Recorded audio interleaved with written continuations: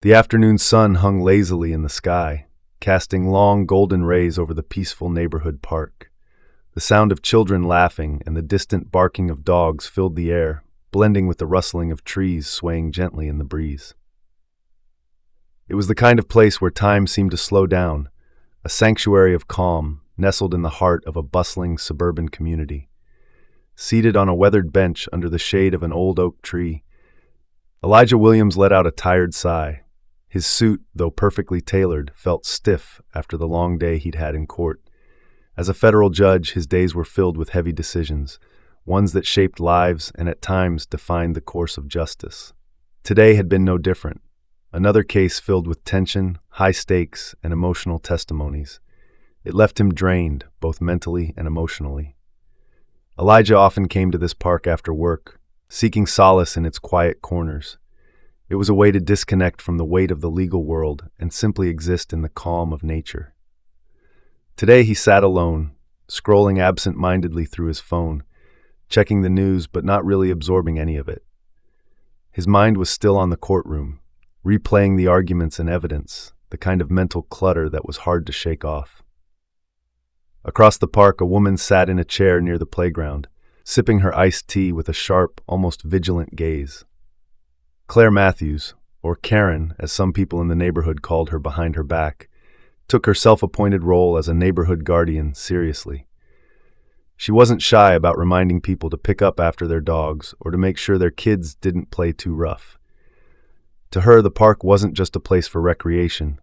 It was a fortress of safety she believed she needed to defend. As Claire scanned the park, her eyes fell on Elijah. Something about him made her uncomfortable. He was dressed far too formally for an afternoon at the park, in a sharp navy blue suit and tie, his polished shoes a stark contrast to the casual flip-flops and sneakers of the other park-goers. And his phone, he'd been on it for what felt like too long to her. Her mind began to race. Why was he sitting there alone? Why wasn't he watching kids or talking to anyone? She sipped her tea and narrowed her eyes.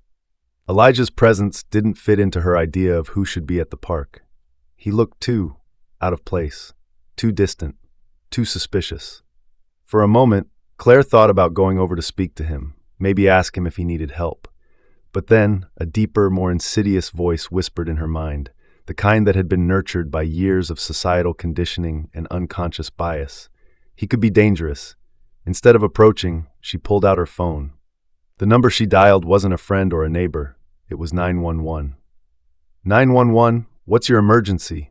The dispatcher's voice came through the line, clear and calm. Claire took a breath, her fingers trembling slightly as she spoke. There's a man in the park, and, well, he's acting suspicious. I think he might be up to something. The dispatcher's voice remained steady. Can you describe the man, ma'am? Claire glanced over at Elijah again, her eyes raking over his figure. He's sitting on a bench, wearing a dark suit.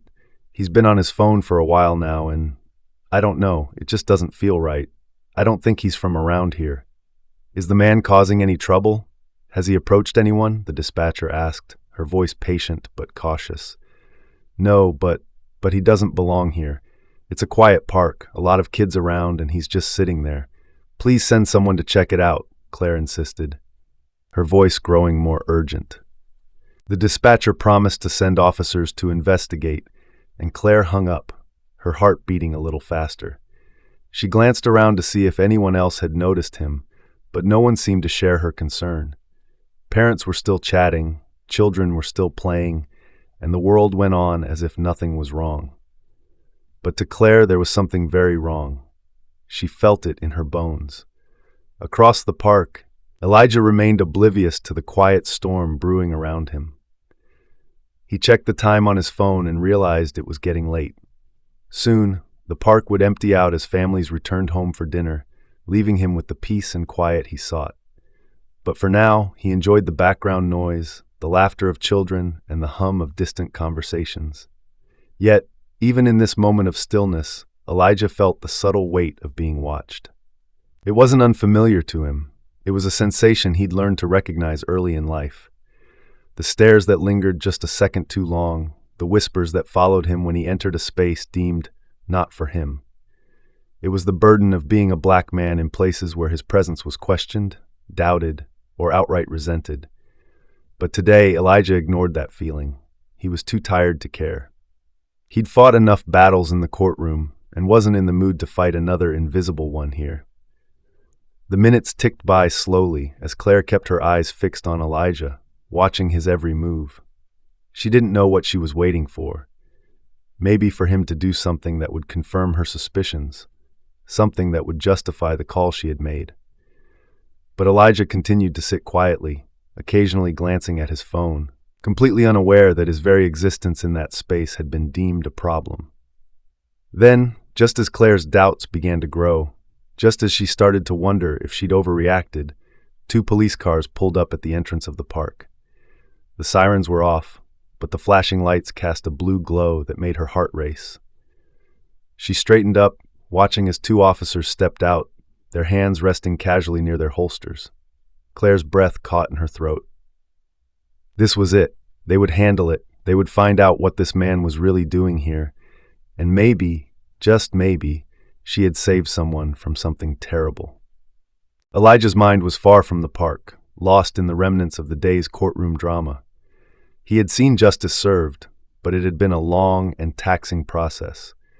He was just about to put his phone away and head home when something caught his attention from the corner of his eye. 2 police officers walking purposefully in his direction. Their expressions were neutral but firm, their presence unmistakably authoritative. Elijah instinctively sat up straighter, his years of experience in court making him all too familiar with how these interactions could quickly spiral out of control, especially for men who looked like him. He'd done nothing wrong, yet that all too familiar weight settled in his chest. The feeling that, in a moment, his entire character could be questioned. The officers approached with deliberate steps, their boots crunching on the gravel path that snaked through the park. Elijah remained seated, his hands resting plainly on his lap, his heart beating faster but his face calm. He had been here before, though never quite like this. "Good evening, sir," the first officer said, his voice polite but formal. His name tag read Officer Peterson. His partner, Officer Riley, stood a few feet behind him, his hand casually resting near his holster. "Evening," Elijah responded, his voice steady. "Is there something I can help you with?" Peterson glanced at his partner before answering. "We received a call about some suspicious activity in the park. Just checking things out. Would you mind telling us what you're doing here?" Elijah blinked, caught off guard by the question. He looked around the park, gesturing to the children playing, the parents chatting. "I'm sitting in a park. Is there something suspicious about that?" Riley's posture stiffened slightly, but Peterson remained calm. "We just want to make sure everything is all right. Mind if we see some ID?" Elijah inhaled deeply, the tension already tightening in his chest. He'd seen these interactions play out on the news, heard the stories from friends and colleagues. This wasn't supposed to be happening to him. He was a federal judge, for God's sake. But here he was, once again reduced to just another black man whose presence needed to be explained. He reached slowly into his jacket pocket and pulled out his wallet, making sure his movements were deliberate and non-threatening. "Sure," he said, handing over his driver's license. Peterson examined the ID carefully, his eyes flicking back and forth between the card and Elijah's face. "Judge Elijah Williams," he read aloud, his voice carrying a hint of surprise. He hadn't expected that. "Yeah," Elijah replied, keeping his voice measured. "That's me." For a moment, Peterson seemed to hesitate, a flicker of recognition crossing his face. Perhaps he had heard of Judge Williams, or perhaps the weight of the title suddenly made him realize the gravity of the situation. But his partner, Officer Riley, wasn't as quick to back down. "Why are you sitting here, alone in a suit?" Riley asked, his tone sharp, almost accusatory. Elijah turned his gaze to Riley, trying to mask his frustration. "I came here after work to unwind. I sit here often. Is there a law against that?" Riley's hand tightened around his belt, the tension between them palpable. "It's just not something we see every day, someone in a suit sitting alone in the park." Elijah closed his eyes briefly, taking a breath. He had to stay calm. He knew the stakes of these moments. "I'm not causing any trouble," he said evenly, keeping his voice calm. "I'm not bothering anyone." The silence stretched between them, thick with unspoken tension. Peterson, still holding Elijah's ID, seemed to sense that things were escalating unnecessarily. He glanced at Riley, signaling for him to ease up. Before Riley could say anything further, a voice interrupted from behind them. "He's been sitting here for over an hour." Claire's voice rang out, shrill and confident. She approached, arms crossed over her chest, as though her presence alone could reinforce the seriousness of her accusations. "I'm the one who called. I live around here, and I just knew something wasn't right." Elijah turned, his eyes narrowing at the sight of the woman who had instigated this entire scene. He didn't know her, but in an instant, he knew exactly who she was. She was a Claire, one of those self-appointed watchdogs who saw danger in the faces of anyone who didn't fit their idea of who belonged. The officers exchanged glances, suddenly realizing they were now dealing with more than just a routine check. They had a witness, or at least, someone who thought she was. "He's just been sitting there on his phone, looking suspicious," Claire continued, her voice growing more adamant. "This is a family park. We can't have people just loitering around like that. What if he's watching the kids?" Elijah's jaw tightened, his patience beginning to fray. He stood up slowly, holding out his hands to show he wasn't a threat, though inside he was fuming. "Ma'am," he began, keeping his tone measured, "I'm sitting here, minding my own business, like anyone else in this park. There's no law against sitting quietly and using your phone." Claire's eyes narrowed as she folded her arms across her chest. "But how do we know that? You don't live here. People like you." Her voice trailed off, but the implication hung heavy in the air. Elijah felt his blood boil at the words, at the ugly suggestion hiding beneath her thinly veiled concern. But before he could respond, Officer Peterson stepped in. "Ma'am," he said, turning to Claire, "we're handling it. Let us do our job." He handed Elijah's ID back to him, but Riley still lingered, his posture tense. Claire huffed but took a step back, still watching Elijah with suspicion. In her mind, she had done the right thing. She had called the authorities. Now it was their job to protect her neighborhood from whoever this man was. Elijah slipped his ID back into his wallet, his mind racing with frustration. He knew this wasn't just about him sitting in a park. It was about how he looked, about the assumptions people made when they saw a black man in a space where they didn't think he belonged. He'd dealt with it his whole life, in stores, in restaurants, in his own neighborhood, and now, even as a federal judge, it followed him to a park. But he also knew that losing his temper here would only make things worse. So he forced himself to breathe, to stay calm, even as every fiber of his being screamed against the injustice of it all. "Look," Elijah said, addressing the officers directly, "I'm a federal judge. I've spent my career upholding the law and ensuring justice is served fairly. I'm not doing anything wrong here.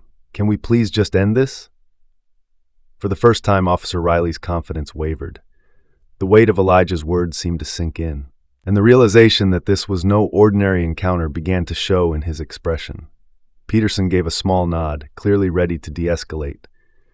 "All right," Peterson said quietly, turning to Elijah. "We'll leave you alone. Sorry for the trouble." Elijah nodded stiffly. "Thank you." As the officers turned to leave, Claire stood there, her mouth slightly open, as if she couldn't quite process what had just happened. She had expected something very different, a validation of her fears, a confirmation that this man didn't belong. Instead, she was left standing there, exposed, her assumptions laid bare.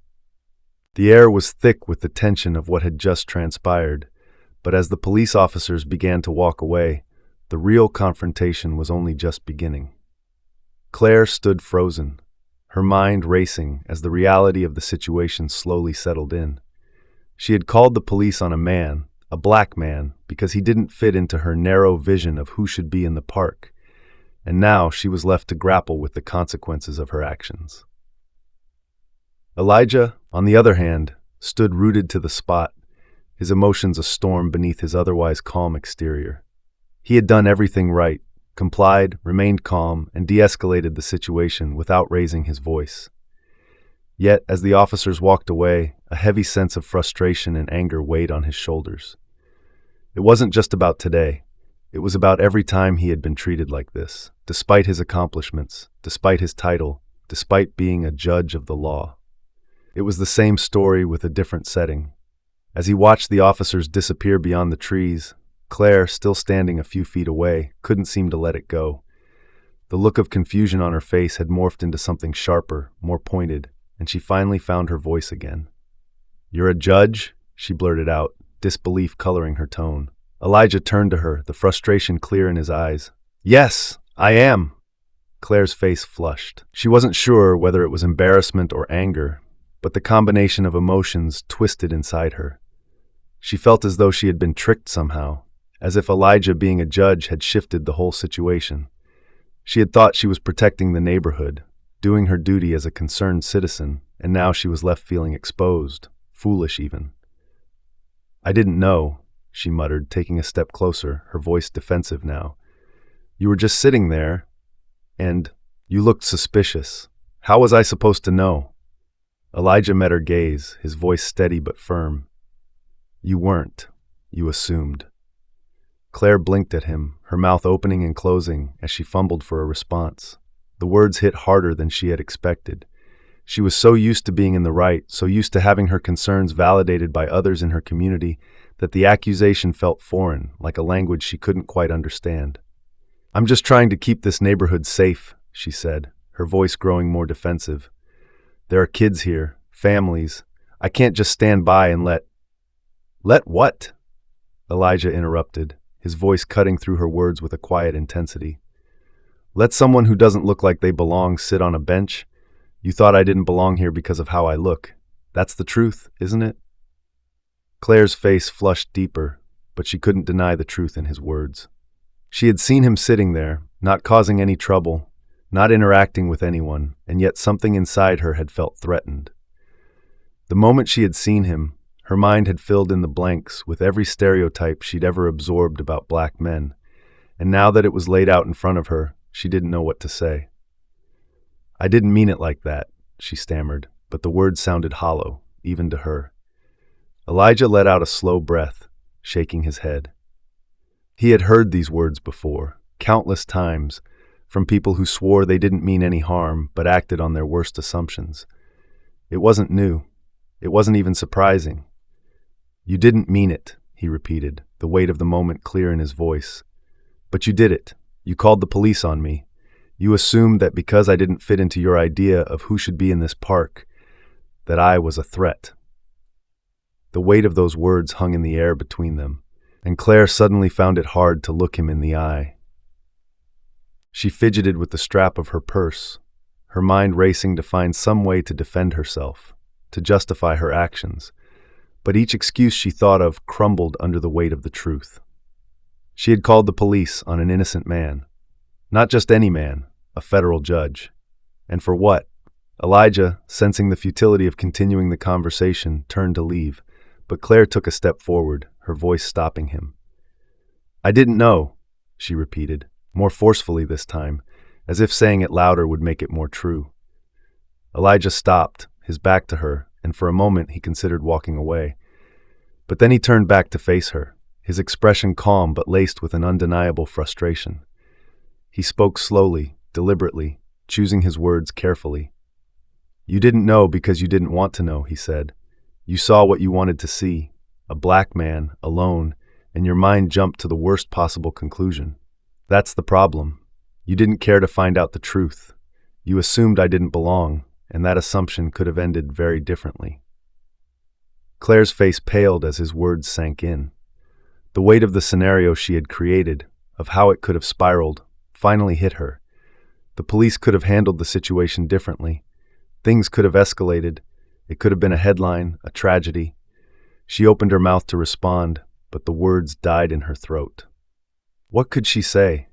Elijah shook his head again, disappointment etched across his face. "Do you know how often this happens?" he asked quietly.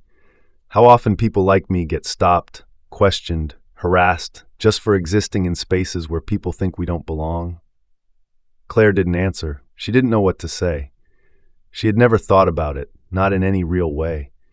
It was something she heard about on the news or in passing conversations, but it had never been real to her, not until now. "I'm sorry," she finally whispered. the words feeling inadequate as soon as they left her lips. Elijah nodded once, a gesture of acknowledgement more than acceptance. "It's not about being sorry," he said softly. "It's about understanding. It's about recognizing that these assumptions, these snap judgments, are part of the problem. You can't just look at someone and decide they don't belong based on your own fears." Claire stood frozen, her mind racing, her heart pounding. The reality of her actions was settling in like a stone in her stomach, heavy and cold.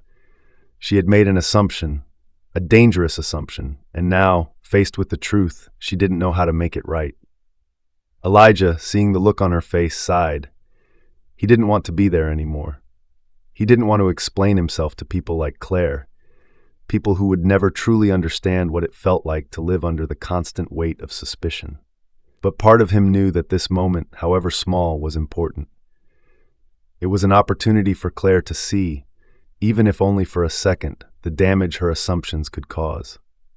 "I don't need your apology," Elijah said finally, his voice gentle but firm. "What I need is for you to think about why you did what you did, and the next time you feel that fear creeping in, stop and ask yourself if it's really fear or just prejudice." With that, Elijah turned and walked away, leaving Claire standing in the park, alone with her thoughts. Claire stood in the park, watching Elijah walk away, the weight of his words pressing down on her. It felt as though the ground beneath her had shifted, leaving her off balance, unsure of what to do next. The park had become uncomfortably quiet, the usual chatter of families and the laughter of children fading into the background. She hadn't expected any of this, certainly not the confrontation, and especially not the realization that she had been wrong. A federal judge? How could she have known? But the truth gnawed at her, regardless of his status or title. It wasn't about him being a judge. It was about her snap decision to call the police, driven by nothing more than her own unfounded fear. Claire tried to shake it off, but Elijah's words echoed in her mind. "You saw what you wanted to see." The feeling of guilt was like a splinter under her skin, small but impossible to ignore. For years, she had prided herself on being vigilant, watching out for her neighbors and ensuring that her community remained safe. She attended neighborhood watch meetings, kept her eye out for suspicious behavior, and believed she was doing the right thing. But now she wondered if all of that had been a facade, a thin veil covering something uglier, something she had refused to acknowledge. As Elijah disappeared down the street, Claire's phone buzzed in her hand. She glanced down at it, half hoping it was something to distract her from the uncomfortable thoughts swirling in her mind. But instead, it was a message from her husband, Greg, heading home early today. "Need anything from the store?" For a moment, Claire stared at the screen, unsure of how to respond. Everything felt trivial now. Grocery lists, mundane conversations, the normal rhythm of her day-to-day life. She couldn't bring herself to answer. Her fingers hovered over the keyboard, but no words came to mind. She shoved the phone back into her pocket and started walking toward the edge of the park, her steps slow and heavy. The trees swayed gently in the breeze, and the sound of children playing began to return as if the world was moving on without her. But Claire wasn't ready to move on. Not yet. As she made her way to the park's exit, she saw the two officers, Peterson and Riley, standing by their patrol car, talking quietly to one another. They hadn't left yet. She hesitated for a moment, unsure whether to approach them or not. But something inside her, maybe it was her need to justify her actions, or maybe just guilt, compelled her forward. Officer Peterson noticed her first, his eyes narrowing slightly as she walked up to them. "Ma'am, is there something else we can help you with?" he asked, his tone polite but guarded. Claire swallowed hard, suddenly feeling foolish again. I wanted to make sure everything's fine," she said, her voice wavering slightly. "I mean, is everything all right?" Peterson exchanged a glance with his partner before nodding.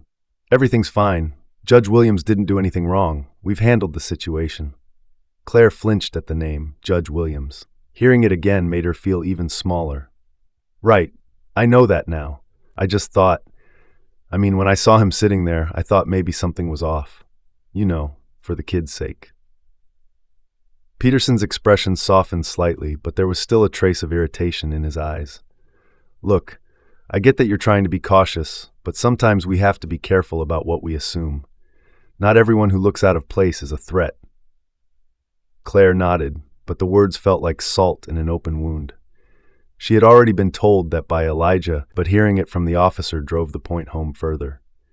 "Yeah, I didn't know," she mumbled, more to herself than to the officers. "I just didn't know." Riley, who had remained silent during the exchange, finally spoke up, his tone a bit more direct.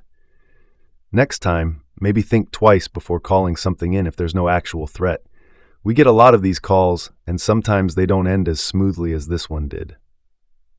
Claire's face burned with embarrassment. She felt as though she was being scolded, and maybe that was exactly what she needed. She nodded again, not trusting herself to speak. Peterson, seeing that the conversation was going nowhere, gave a short nod of his own and started to turn away. "Take care, ma'am," he said, his voice neutral, signaling the end of the discussion. Claire watched as the two officers climbed into their patrol car, the engine rumbling to life. They drove away slowly, leaving her standing at the edge of the park, alone. For a moment, she just stood there, feeling exposed. The families in the park went on with their day, unaware of the turmoil that had unfolded just moments ago. To them, it was just another afternoon at the park. But to Claire, it felt like everything had shifted in a way she didn't quite understand yet. What had she done? The walk home felt longer than usual, her feet dragging with each step. By the time she reached her front door, she felt exhausted, her thoughts swirling with doubt and confusion. Greg's car was already in the driveway, and the faint sound of the television could be heard through the open window. Claire pushed the door open and stepped inside, her heart heavy. Greg was in the kitchen, unpacking groceries, his usual relaxed demeanor evident as he turned and smiled at her. "Hey, babe, how was the park?" he asked, not noticing the strain on her face.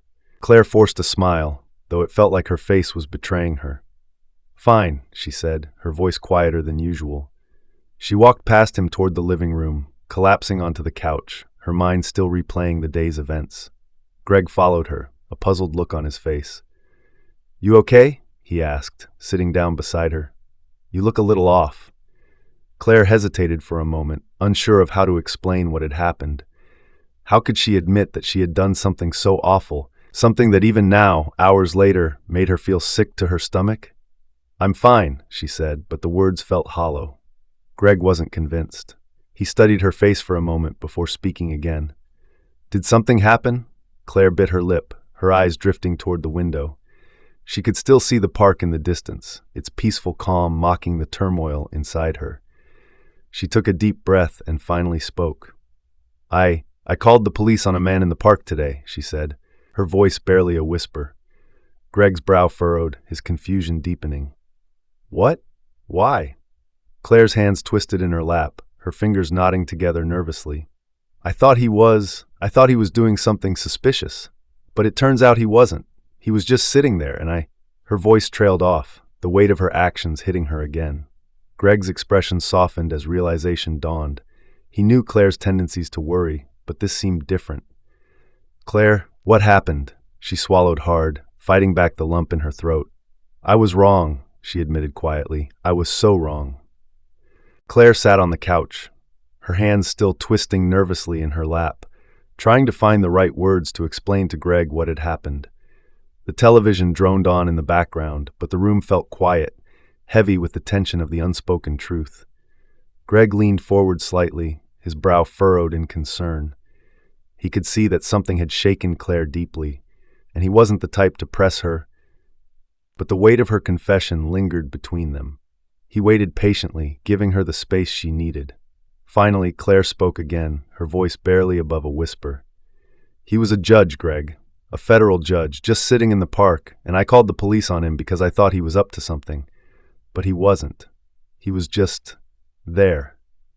Greg's eyes widened slightly, his face reflecting the shock that Claire still felt. "A judge?" he repeated, disbelief creeping into his voice. Claire nodded, her hands trembling slightly now. "Yeah, a black man sitting alone in the park, and I assumed the worst. I didn't even give him the benefit of the doubt. I just called, and now I don't know how to feel about any of it." Greg sat back, exhaling slowly as he absorbed what she was telling him. The gravity of the situation settled in, and he felt a surge of conflicting emotions. On the one hand, he understood Claire's instinct to be cautious. After all, they had always been protective of their neighborhood. But on the other hand, he saw the deeper issue at play. Claire had made a dangerous assumption, one that could have ended in tragedy. And for the first time, it seemed like Claire was realizing the weight of her actions. "I guess we all have those moments where we make a mistake," Greg said carefully, trying to find the right words. "But this feels different, doesn't it?" Claire nodded slowly, her throat tightening as she struggled to hold back the emotions that had been building since the park. "It's different because I didn't even stop to think. I just acted. And the worst part is, I didn't realize how wrong I was until it was too late." She leaned back into the couch, staring at the ceiling, her mind spinning with guilt and shame. "I've never thought of myself as someone who would do something like this. I've always tried to be a good person, to do the right thing. But today, I saw him, and I let all these stupid fears take over." Greg watched her for a moment, choosing his words carefully. "It's not easy to admit when we're wrong," he said gently, "but at least you're seeing it now. Some people go their whole lives making assumptions like that and never once think they might be the problem." Claire's eyes flicked toward him, and she saw the understanding in his face. But that didn't make the weight on her chest feel any lighter. "I don't know if it's enough," she whispered. "I called the police on him. I could have ruined his life, Greg, just because I was scared of nothing." Greg reached over and gently squeezed her hand, trying to offer some comfort. "You didn't ruin his life, Claire. You made a mistake, and yeah, it was a big one. But the fact that you're sitting here feeling this way means you're not the person you're afraid you might be." Claire shook her head, feeling the tears welling up in her eyes. "But what if I am?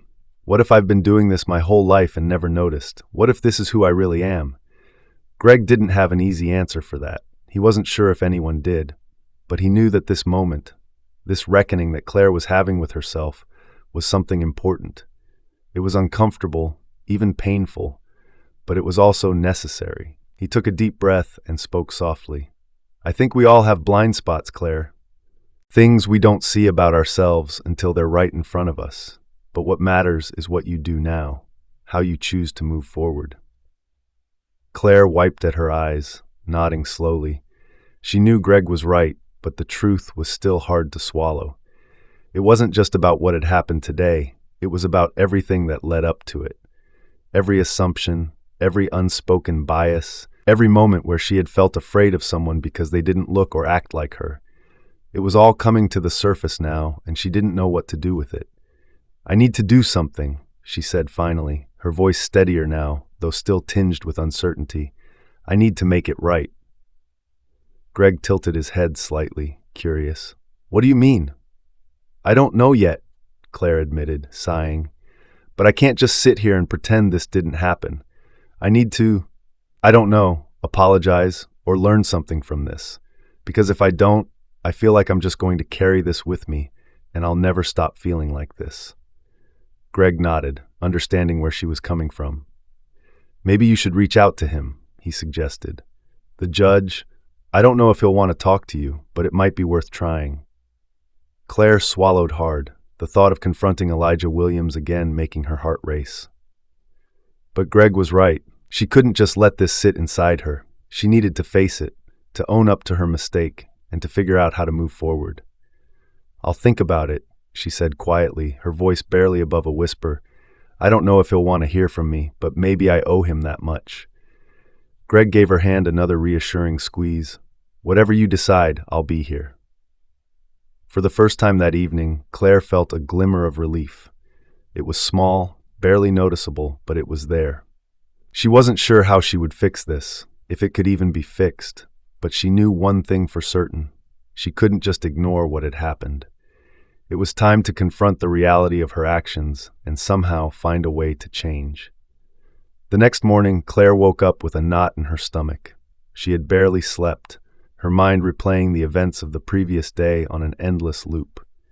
She thought about Elijah Williams, how calm and composed he had been despite the situation she had put him in. And she thought about herself, about the kind of person she had believed herself to be, and the reality that now stared her in the face. Greg had already left for work, leaving her a small note on the kitchen counter. "Take your time today. I love you." Claire appreciated the gesture, but it didn't make the day any easier. She knew what she had to do, but that didn't make it any less terrifying. She stared at her phone for what felt like hours, her fingers hovering over the contact list where she had already found the number she needed, Elijah Williams's office. She had done a quick online search the night before and found his name listed under the federal court directory. It didn't take long to find the phone number for his office, but actually dialing it was a different matter. Finally, after what felt like a lifetime, Claire pressed the call button. Her heart pounded in her chest as the phone rang, each ring making her more and more anxious. She wasn't even sure what she would say. Would he even take her call? A crisp, professional voice answered on the other end. "Judge Williams' office. How may I help you?" Claire froze, suddenly feeling foolish. What was she doing? How could she possibly make this right with a simple phone call? But before she could hang up, she forced herself to speak. "Hi, I'm trying to reach Judge Elijah Williams," she stammered, her voice shaky. The receptionist on the other end was polite but firm. "May I ask what this is regarding?" Claire's throat tightened. How could she explain this without sounding ridiculous?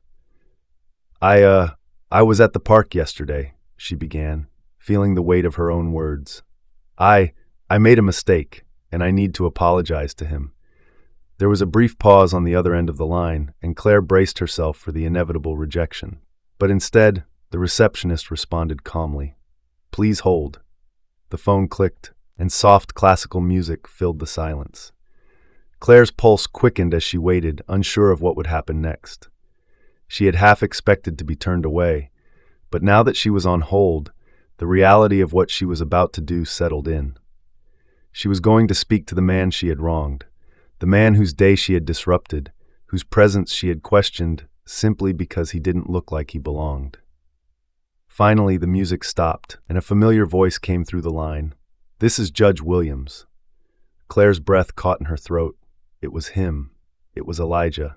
And in that moment, all of the rehearsed apologies she had run through in her mind vanished, leaving her grasping for words. "Hello, Judge Williams," she began, her voice shaking. "My name is Claire Matthews. I'm the one who called the police on you yesterday at the park." There was a pause on the other end of the line, and Claire could feel her heart pounding in her ears. She couldn't tell what he was thinking, but the silence was unbearable. "I wanted to call and apologize," she continued, pushing through her nerves. "I made a terrible mistake, and I realize now that I let my own fears and assumptions guide me. I was wrong, and I'm so sorry." Elijah didn't respond right away, and Claire feared the worst. Maybe he didn't want to hear from her at all. Maybe he had every right to hang up the phone and forget she even existed. But after a moment, he finally spoke, his voice calm and measured, just as it had been in the park. "I appreciate your apology," he said quietly. "But this isn't just about what happened yesterday, is it?" Claire's stomach sank. He was right, of course. This wasn't just about one mistake in the park. It was about a lifetime of assumptions, a lifetime of seeing the world through a narrow lens that she hadn't even realized was there until now. "I don't know," Claire admitted, her voice small. "I don't know how to fix this or how to make up for what I did. I want to understand. I want to do better." There was another pause, but this time it didn't feel as heavy. It felt like Elijah was considering her words, weighing the sincerity of her apology. "I think that's a good place to start," he said finally, his voice softer now. "Understanding. It's not something that happens overnight, and it's not easy, but acknowledging that there's a problem is the first step." Claire felt a strange mixture of relief and shame. Relief that he hadn't dismissed her, and shame because she knew how deep the problem really went. "I don't know how to start," she admitted, "but I'm willing to listen, to learn." Elijah's voice remained calm but firm. "Listening is important, but it's not enough. You have to take action. Change the way you think, the way you see the world. Challenge those assumptions, even when it's uncomfortable." Claire nodded, even though he couldn't see her. I will. I promise I will. There was a brief silence before Elijah spoke again, this time with a bit more weight to his words. You're not the first person to make this kind of mistake, and unfortunately, you won't be the last. But the difference between people who change and people who don't is that they choose to learn from their mistakes.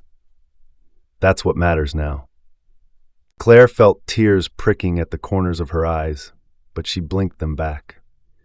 Thank you, she whispered, her voice thick with emotion.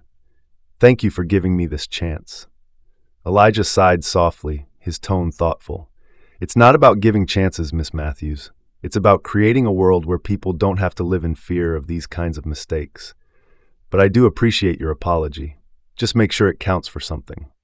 Claire nodded again, feeling the full weight of his words. This was more than just an apology.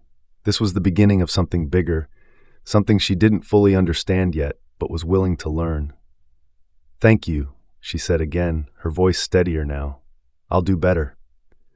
There was a quiet pause, and then Elijah's voice came through one last time. I hope so. The line went dead, and Claire sat there in silence, holding the phone in her hand, feeling both humbled and hopeful. It wasn't much, but it was a start. She set the phone down and stared out the window, watching the world go by. For the first time in a long time, Claire felt like she was seeing it for what it really was, and for what it could be.